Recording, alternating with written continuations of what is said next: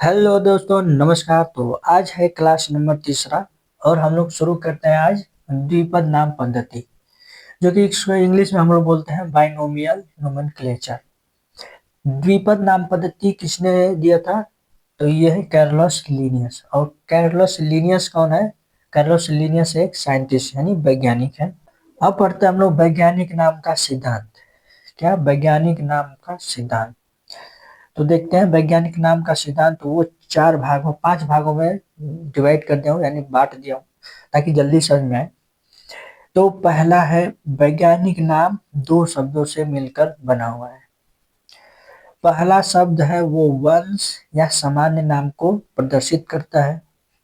दूसरा शब्द है वो जाति संकेत या प्रजाति को संकेतित करता है। जैसे में आप देख सकते हो एग्जाम्पल में है मानव। मानव का वैज्ञानिक नाम क्या होता है? होमो सेपियंस। क्या? होमो सेपियंस। तो ये जो होमो है, जो पहला अक्षर है, ये किसको दर्शाता है? वंश को दर्शाता है। और जो सेपियंस है ये है जाति। इसको बोलते हैं वंश और इसको बोलते हैं जाति। उसी तरह दूसरा एग्जाम्पल है आम का। तो आम का वैज्ञानिक नाम क्या होता है? Mangifera indica. जैसे कि हम बताए थे कि जो कि सामान्य नाम होता है, तो वो सामान्य नाम तो गांव देहात में ही रह जाता है। जो ये वैज्ञानिक नाम है वो दुनिया में कहीं पे भी आप किसी कोने में भी रहिए, वही नाम चलेगा हर जगह, जो वैज्ञानिक नाम है। तो उसी प्रकार है। अब मानव का नाम आपको जैसा कि बताया कि होमो सेपियंस है। तो होमो इसमें वंश और जाति दोनों को ही इसमें संकेत करता है।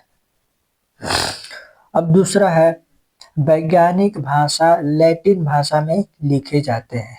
लैटिन भाषा, आप इसको ध्यान से देखिए। लैटिन भाषा में लिखे जाते हैं, इसे तिरछे लिखे जाते हैं, जिसे इटैलिक्स कहते हैं।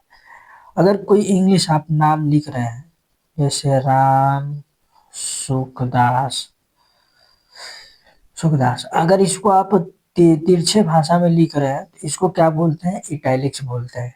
इटैलिक्स। और ये जो आपको, जैसे कि हमारा जो भाषा है हिंदी, उसकी लिपि क्या है? जैसे हिंदी कहाँ से उत्पन्न हुए? तो देवनागरी से हुई है। तो उसी तरह जो इंग्लिश भाषा है, विदेशी भाषा है ये इंग्लिश, जो कि ऑल ओवर द मतलब पूरी दुनिया में ही बोली जाती है इंग्लिश भाषा। तो उस इंग्लिश भाषा का उत्पत्ति कैसे हुआ है? लैटिन भाषा से। कैसे हुआ है? लैटिन भाषा से।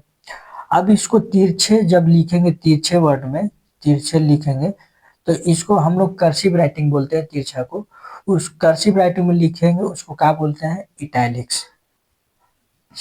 अब तीसरा है, अगर वैज्ञानिक नाम हैंड रिटेन हो तो उसे अंडरलाइन किया जाता है। हैंड रिटेन का मतलब कि हाथ से जो लिखा हो, जो हाथ से लिखा हो उसे अंडरलाइन किया जाता है। जैसे इस तरह नीचे उसको अंडरलाइन किया जाता है। जैसे में आप देख सकते हो होमो सेपियंस, ये हाथ से लिखा गया है होमो सेपियंस। ये है वंश है और ये जाति हो गया। तो इसके नीचे आप देख सकते हो अंडरलाइन किया गया है, अंडरलाइन किया गया है। उसी प्रकार है, अगर हम वैज्ञानिक नाम हैंड रिटेन लिखा हो तो उसको अंडरलाइन किया जाता है।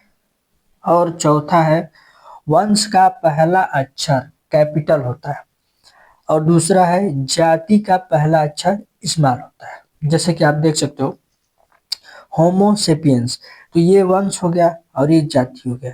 क्या लिखा गया है? वंश का पहला अक्षर क्या होता है? कैपिटल होता है। कैपिटल का मतलब बड़ा अक्षर होता है। तो ये आप देख सकते हो बड़ा है। और जो जाति का पहला अक्षर होता है वो स्मॉल होता है। आप देख सकते हो स्मॉल है, ये कैपिटल है और ये स्मॉल है। और ध्यान दीजिएगा, ये है वंश और ये है जाति। वंश का जो पहला अक्षर होता है वो कैपिटल होता है और जो जाति का पहला अक्षर होता है वो स्मॉल होता है। अब ध्यान देते हैं पांचवा, वैज्ञानिक नाम में तीसरा शब्द लेखक को दर्शाता है। तीसरा शब्द, जैसे आप देख सकते हो ये है आम का वैज्ञानिक नाम है, जिसका नाम है मेंजीफेरा इंडिका और लिन। ये पहला ये हो गया, दूसरा ये हो गया और तीसरा ये हो गया।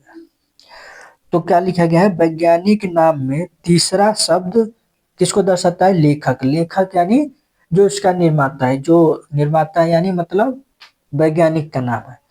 तो मैंजीफेरा क्या हो गया, वंश हो गया, और इंडिका हो गया जाति होगी। और जो ये लिन है लेखक, लेखक का मतलब जो साइंटिस्ट जो वैज्ञानिक का नाम है लिन, लिन का मतलब होता है लीनियस। कौन, Linnaeus, Carolus Linnaeus. Mangifera, indica और लिन। तो ये समझ में आ गया कि मैंजीफेरा क्या है, इंडिका क्या है, लिन क्या है। मैंजीफेरा वंश को दर्शाता है, इंडिका जाति है, और लिन लेखक को दर्शाता है।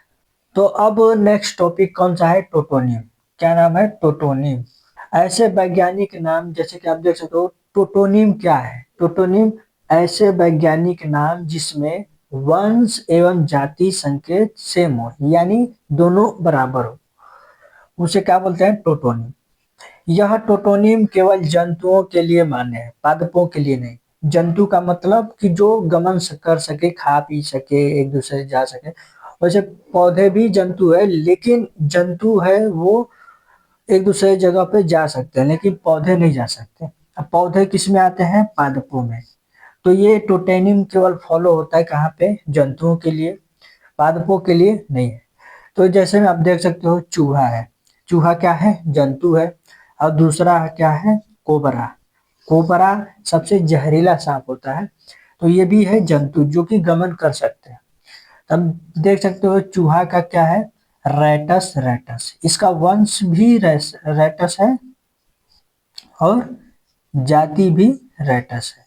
तो दोनों सेम है, वंश भी सेम है और जाति भी सेम है। तो ये किस में आएगा, इसे क्या बोलते हैं, टोटोनिम। और दूसरा है कोबरा। कोबरा का आप देख सकते हो, ये भी वंश है, नाजा वंश है, फिर नाजा जाति है। इसमें इसमें भी वंश और जाति दोनों सेम है।